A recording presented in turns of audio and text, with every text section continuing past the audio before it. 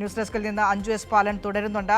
അഞ്ജു, ഇറാന്റെ ഭാഗത്തുനിന്നുണ്ടാകുന്ന ഒരു തിരിച്ചടി എന്ന് പറയുന്നത് അത് വലിയ തിരിച്ചടി തന്നെയാണ്. ഇപ്പോൾ ഈ ഹോർമൂസ് കടലിടുക്ക് അടയ്ക്കാൻ പോകുന്നു അല്ലെങ്കിൽ അടച്ചു എന്ന തരത്തിലുള്ള സ്ഥിരീകരിക്കാത്ത പല റിപ്പോർട്ടുകളും വരുന്നുണ്ട്. ഹോർമൂസ് കടലിടുക്ക് അടച്ചാൽ അത് വലിയ രീതിയിലുള്ള പ്രഹരം, അത് US-നും ഇസ്രായേലിനും എതിരെ മാത്രമുള്ള ഒരു നീക്കമോ നടപടിയോ ആയിട്ട് നമുക്ക് കാണാൻ കഴിയില്ല. കാരണം ലോകത്തിൻ്റെ തന്നെ 20% ചരക്ക് നീക്കങ്ങളും എണ്ണ വ്യാപാരങ്ങളും നടക്കുന്നത് ഹോർമൂസ് കടലിടുക്ക് കേന്ദ്രീകരിച്ചാണ്. അത് ഓൺ ചെയ്യുന്നത് ഇറാൻ ആണ് എന്നുള്ളത് കൊണ്ട് തന്നെ ഹോർമൂസ് കടലിടുക്ക് അടച്ചു കഴിഞ്ഞാൽ അതിൻ്റെ പ്രത്യാഘാതങ്ങൾ ഉണ്ടാകുന്നത്, അതിൻ്റെ തിരിച്ചടി ഇറാന് ലഭിക്കാൻ പോകുന്നത് വലിയ രീതിയിൽ തന്നെയായിരിക്കും. കാരണം അത് എല്ലാ ലോകരാജ്യങ്ങളെയും ഒരുപോലെ ബാധിക്കുന്ന ഒരു കാര്യമാണ്, ഒന്നാമത്തെ കാര്യം. മറ്റൊന്ന്, അമേരിക്കയിൽ പോയി അമേരിക്കയെ ആക്രമിക്കാനുള്ള സൈനിക ശേഷിയോ ഈ ആണവ പടക്കോപ്പുകളുടെ ശേഷിയോ ഇറാന് തൽക്കാലമില്ല. അതുകൊണ്ട് തന്നെയാണ് ഈ അമേരിക്കയുടെ സൈനിക താവളങ്ങൾ കേന്ദ്രീകരിച്ച ഇറാൻ തുടരെ ബാലിസ്റ്റിക് മിസൈൽ അടക്കമുള്ള ആക്രമണങ്ങൾ നടത്തിക്കൊണ്ടിരിക്കുന്നത്. അത് US-ന്റെ സൈനിക താവളങ്ങൾ കേന്ദ്രീകരിച്ച് മാത്രമല്ല എന്നുള്ളതാണ് ഏറ്റവും ശ്രദ്ധേയമായ റിപ്പോർട്ടുകൾ പുറത്തേക്ക് വരുന്നത്. പാം ജുമൈർ അടക്കമുള്ള സ്ഥലത്തേക്ക്, അത് US സൈനിക താവളമല്ല, പാം ജുമൈറ എന്ന് പറയുന്ന ഒരു സ്ഥലം അതൊരു മനോഹരമായ ഒരു ഭൂപ്രദേശമാണ് എന്നാണ് ഞാൻ മനസ്സിലാക്കുന്നത്. അതിനാൽ തന്നെ US സൈനിക താവളങ്ങൾ കേന്ദ്രീകരിച്ച് മാത്രമല്ല. അപ്പോൾ വലിയൊരു തിരിച്ചടി ഗൾഫ് രാജ്യങ്ങളുടെ ഭാഗത്തു നിന്നും ഇറാൻ ഉണ്ടാകുന്നു. അപ്പോൾ ആ രീതിയിൽ ഇന്നത്തെ പുലർച്ചെ ചേരാനിരിക്കുന്ന, ഇന്ത്യൻ സമയം പുലർച്ചെ 2:30 ചേരാനിരിക്കുന്ന UN രക്ഷാ കൗൺസിലിൽ ഇറാൻ എന്തുപാധികളായിരിക്കും മുന്നോട്ട് വയ്ക്കാനുണ്ടാകുക എന്നുള്ളതാണ് നമ്മൾ കരുതേണ്ടത്. ആ രീതിയിൽ ഏത് തരത്തിലുള്ള ചർച്ചയായിരിക്കാം UN രക്ഷാ കൗൺസിലിൽ ഉയരാൻ പോകുന്നത്? സമയം പുലർച്ചെ 2:30 UN രക്ഷാസമിതി ചേരുമെന്നുള്ള വിവരം പുറത്തു വന്നിരിക്കുന്നത്. ഇതനുസരിച്ച് ഇറാന്റെയും ഫ്രാൻസിന്റെയും ഒരു ആവശ്യപ്രകാരമാണ് ഇത്തരത്തിൽ പെട്ടെന്ന് തന്നെ UN രക്ഷാസമിതി ചേരുന്നത്. എത്രയും പെട്ടെന്ന് പശ്ചിമേഷ്യയിൽ ഒരു നിലവിൽ നിൽക്കുന്ന അശാന്തി ഇല്ലാതാക്കി ഒരു സമാധാനമായ ഒരു അന്തരീക്ഷം ഉണ്ടാക്കുക എന്ന് തന്നെയായിരിക്കും അവരുടെ പ്രധാനപ്പെട്ട ലക്ഷ്യം. പക്ഷേ അതിൽ ഇറാൻ പൂർണ്ണമായും സഹകരിക്കുമ്പോൾ അമേരിക്കയും ഇസ്രയേലും എത്രത്തോളം സഹകരിക്കുമെന്നുള്ള കാര്യം കാത്തിരുന്ന് കാണേണ്ടതാണ്. ഫിനിഷ പറഞ്ഞ മറ്റൊരു കാര്യം എന്ന് പറയുന്നത് ഹോർമൂസ് കടലിടുക്കിനെ പറ്റിയിട്ടാണ്. ഹോർമൂസ് കടലിടുക്ക് അടച്ചിടുന്നു എന്ന തരത്തിലുള്ള വാർത്തകളൊക്കെ ഇതുവരെയും സ്ഥിരീകരിച്ചിട്ടില്ല. ഹോർമൂസ് കടലിടുക്ക് അടച്ചിടാൻ പോകുന്നതായി ഇറാൻ അടച്ചിടാൻ പോകുന്നതായിട്ടുള്ളൊരു വിവരം നൽകിയത് UK-യിലെ മാരിടൈം ട്രേഡ് ഓപ്പറേഷൻ ഏജൻസിയാണ് ഇത്തരത്തിലുള്ളൊരു കാര്യം അറിയിച്ചത്. ഇറാൻ ഇത്തരത്തിൽ ഹോർമൂസ് കടലിടുക്ക് അടച്ചിടാൻ പോകുന്നു എന്ന കാര്യം അറിയിച്ചത് ഈ ഏജൻസിയാണ്. എന്നാൽ ഇത് മാധ്യമങ്ങളോ മറ്റ് റിപ്പോർട്ട് ചെയ്യുന്നൊന്നുമില്ല. അതുകൊണ്ട് തന്നെ നമുക്കത് സ്ഥിരീകരിക്കാൻ പറ്റാത്തൊരു വിവരം തന്നെയാണ്. പക്ഷേ കഴിഞ്ഞ വർഷം ഇതുപോലെ 2022 യുദ്ധത്തിലൊക്കെ അവർ ഹോർമൂസ് കടലിടുക്ക് അടച്ചിടുമെന്നുള്ളൊരു ഭീഷണി മുഴക്കിയിരുന്നു. അത്തരത്തിൽ ഇത്തവണയും ഉണ്ടാകുമെന്നുള്ള തരത്തിലാണ് വാർത്തകളൊക്കെ വരുന്നത്. പക്ഷേ അത് സ്ഥിരീകരിക്കപ്പെട്ടിട്ടില്ല. പക്ഷേ ഇപ്പോൾ വരുന്ന മറ്റൊരു വാർത്ത എന്ന് പറയുന്നത് അമേരിക്കയിൽ നിന്ന് പുറപ്പെട്ടിട്ടുള്ള ഈ കപ്പലുകളോടൊക്കെ പ്രത്യേകം അറിയിപ്പ് നൽകിയിട്ടുണ്ട്. ഗൾഫ് മേഖലയിലേക്ക് പോകുന്ന കപ്പലുകളൊക്കെ കുറച്ച് ഒഴിവാക്കണം. ഒരു യുദ്ധസമാനമായ സാഹചര്യം ആയതുകൊണ്ട് തന്നെ ഗൾഫ് മേഖലയിലേക്ക് വാണിജ്യ ആവശ്യത്തിനും മറ്റും പോകുന്ന കപ്പലുകളൊക്കെ കൃത്യമായും പോകരുത് എന്നൊരു മുന്നറിയിപ്പ് US നൽകിയിട്ടുണ്ട്.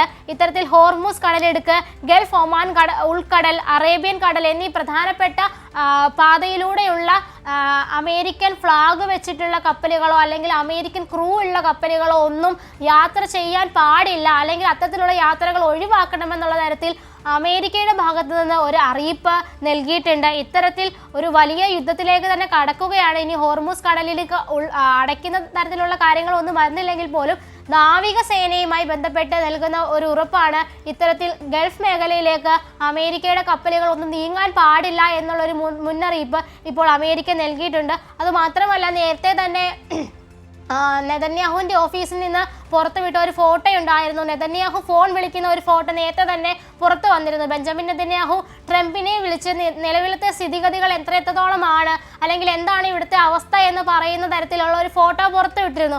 ആ ഒരു ഫോട്ടോയ്ക്ക് ഇപ്പോൾ സ്ഥിരീകരണം വന്നിട്ടുണ്ട്. അമേരിക്കയിലെ അധികൃതരും ഈ ഫോട്ടോ സ്ഥിരീകരിച്ചിട്ടുണ്ട്. ഇത്തരത്തിൽ നിലവിലത്തെ സാഹചര്യം ഡൊണാൾഡ് ട്രംപും അതുപോലെ തന്നെ ബെഞ്ചമിൻ നെതന്യാഹുവും പരസ്പരം സംസാരിക്കുകയും നിലവിലത്തെ സാഹചര്യം വിലയിരുത്തുകയും ചെയ്തിട്ടുണ്ട് ഉള്ളൊരു കാര്യം കൂടിയുണ്ട്. അതിനിടയിലാണ് ഈ ഒരു UN രക്ഷാസമിതി ചേരാൻ പോകുന്നത് എന്നുള്ളൊരു കാര്യം കൂടി വന്നത്. ഇതാണ് നിലവിൽ ഏറ്റവും പുതുതായിട്ട് വന്നിരിക്കുന്ന വാർത്ത. ഇത് മാത്രമല്ല, ഇറാനിൽ നിലവിൽ ലഭിച്ചിരിക്കുന്ന ഒരു റിപ്പോർട്ട്, ഒരു അൽ ജസീറ റിപ്പോർട്ട് ചെയ്യുന്ന ഒരു കാര്യം എന്ന് പറയുന്നത് ഇറാനിലെ 36 പ്രവിശ്യകളിൽ 24 ഇടങ്ങളിലും കൃത്യമായിട്ടുള്ള മിസൈൽ ആക്രമണം നടത്താൻ ഇസ്രയേലും അമേരിക്കയും ചേർന്ന് പ്ലാൻ ചെയ്തതായിട്ടുള്ള ഒരു വാർത്ത കൂടി ഇപ്പോൾ അൽ ജസീറ റിപ്പോർട്ട് ചെയ്യുന്നുണ്ട്. ഇത്തരത്തിൽ വലിയ രീതിയിലുള്ള ഒരു ആക്രമണം, എതിരാളികളെ തോൽപ്പിക്കുക തന്നെയാണ് ഇസ്രയേലിൻ്റെയും അമേരിക്കയുടെയും ലക്ഷ്യം എന്ന് പറയുന്ന ആ ഒരു ലക്ഷ്യം തന്നെയാണ് അവർ ഉദ്ദേശിക്കുന്നത്. അതുകൊണ്ട് തന്നെയാണ് കൃത്യമായി തന്നെ മിസൈൽ ആക്രമണം നടത്തി ഇറാനെ കയ്യിലാക്കണം എന്നുള്ള ഒരു തന്ത്രത്തിലേക്ക് അമേരിക്ക നീങ്ങുന്ന ഒരു സാഹചര്യം തന്നെയാണ് നമുക്കിപ്പോൾ ലഭിക്കുന്നത്. നിലവിൽ ഇറാന്റെ ഭാഗത്തു നിന്നുള്ള ആക്രമണങ്ങൾ നടക്കുന്നത് ഗൾഫ് രാജ്യങ്ങളിലുള്ള അമേരിക്കയുടെ സൈനിക കേന്ദ്രങ്ങളിൽ മാത്രമാണ്. അത് കൃത്യമായി തന്നെ നമുക്കറിയാം. മനാമയിലടക്കം വലിയ രീതിയിലുള്ള ഒരു സൈനിക താവളമാണ് അമേരിക്കയ്ക്കുള്ളത്. ഇത്തരത്തിൽ മനാമയിലൊക്കെയുള്ള സൈനിക താവളങ്ങളിലേക്ക് ഒരു ആക്രമണം നടത്തുമ്പോൾ ഒരു പക്ഷേ അമേരിക്കയുടെ ഡയറക്റ്റ് യുദ്ധം ചെയ്യുന്നത് പോലെ തന്നെയാണ് അവരുടെ സൈനിക താവളങ്ങൾ. കാരണം വലിയൊരു താവളമാണ് ഈ മനാമയിലൊക്കെയുള്ള താവളം എന്ന് പറയുന്നത്. ഇത്തരത്തിൽ അവരെ ഒന്ന് പേടിപ്പിക്കണമെന്ന് തന്നെയായിരുന്നു ഇറാന്റെ ഒരു ആവശ്യം. ആ ഒരു ആവശ്യത്തിലേക്ക് അവരും എത്തിയിട്ടുണ്ട്. ആ ഒരു ആവശ്യം അവർക്കും ഫലപ്രദമായി തന്നെ ഉപയോഗിക്കാൻ കഴിഞ്ഞിട്ടുണ്ട്. കാരണം ആ ഒരു പ്രത്യാക്രമണത്തിന് ഇതുവരെയും ഒരു തിരിച്ചടി അമേരിക്കയുടെയോ അല്ലെങ്കിൽ ഇസ്രായേലിൻ്റെയോ ഭാഗത്ത് നിന്ന് ഇറാന് നേരെ ഉണ്ടായിട്ടുമില്ല. കാരണം ഒരു ആക്രമണം നടന്നു 2 മണിക്കൂറിനകം തന്നെ ഇറാൻ തിരിച്ചടിക്കുന്നു. വലിയ രീതിയിലുള്ള തിരിച്ചടി പല ഗൾഫ് രാജ്യങ്ങളിലെ വിവിധ അമേരിക്കയുടെ സൈനിക കേന്ദ്രങ്ങൾ എന്ന് പറയുമ്പോൾ അവർ പ്ലാൻ ചെയ്ത് നടത്തിയ ഒരു ആക്രമണം പോലെ അവർക്കറിയാം. അതുകൊണ്ട് എവിടെയൊക്കെ നടത്തണമെന്ന് മുൻകൂട്ടി പ്ലാൻ ചെയ്ത് കൃത്യമായി തന്നെ അവർ ആ ആക്രമണം നടത്തുന്നു.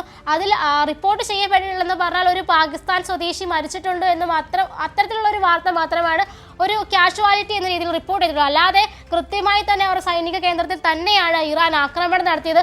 പൊതുജനങ്ങളിലേക്കോ പൊതുജനങ്ങളുടെ സൗര്യ ജീവിതത്തിലോ ഒന്നും യാതൊരു തരത്തിലുള്ള ഒരു പ്രത്യാഘാതങ്ങളും ഇറാന്റെ ഭാഗത്തു നിന്നുള്ള ആക്രമണത്തിൽ ഉണ്ടായിട്ടില്ല. ആ ഒരു കാര്യത്തിൽ ഇറാൻ അവർ ഉദ്ദേശിച്ച കാര്യം ഫലപ്രദമായി തന്നെ നടത്താൻ കഴിഞ്ഞു.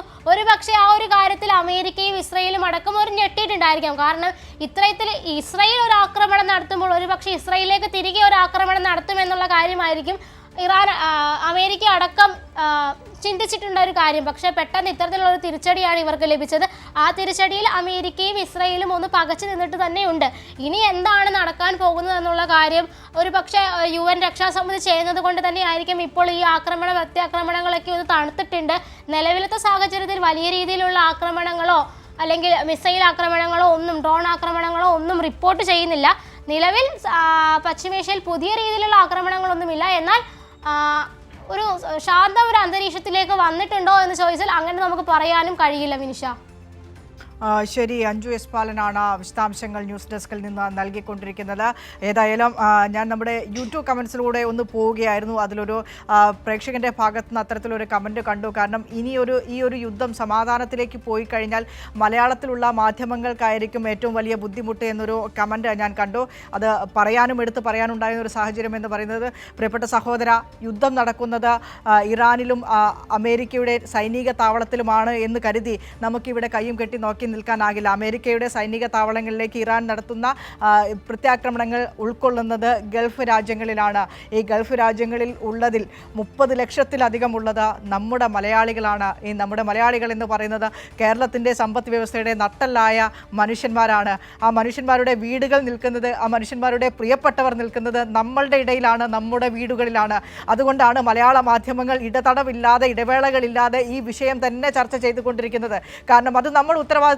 കാരണം അവരെ കൂടെ ചേർത്ത് പിടിക്കേണ്ടത്, അവരെ കൂടെ ഓർത്തു വെക്കേണ്ടത്, അവരെ കൂടെയല്ലാതെ നമ്മൾക്ക് മുന്നോട്ട് പോകാനാകില്ല എന്നുള്ളൊരു വസ്തുത നമ്മൾ ഉൾക്കൊണ്ട് തന്നെയാണ് ഈ സമയമാണ് അവരെ ചേർത്ത് പിടിക്കേണ്ടത്, ഈ സമയമാണ് അവരോടൊപ്പം നിൽക്കേണ്ടത് എന്നുള്ളത് കൊണ്ട് തന്നെയാണ് ഇത്തരത്തിൽ ഇടവേളകളില്ലാതെ ഇതേ വിഷയം മലയാള മാധ്യമങ്ങൾ ചർച്ചയാക്കുന്നത്, കൈരളി അടക്കമുള്ള മലയാള മാധ്യമങ്ങൾ.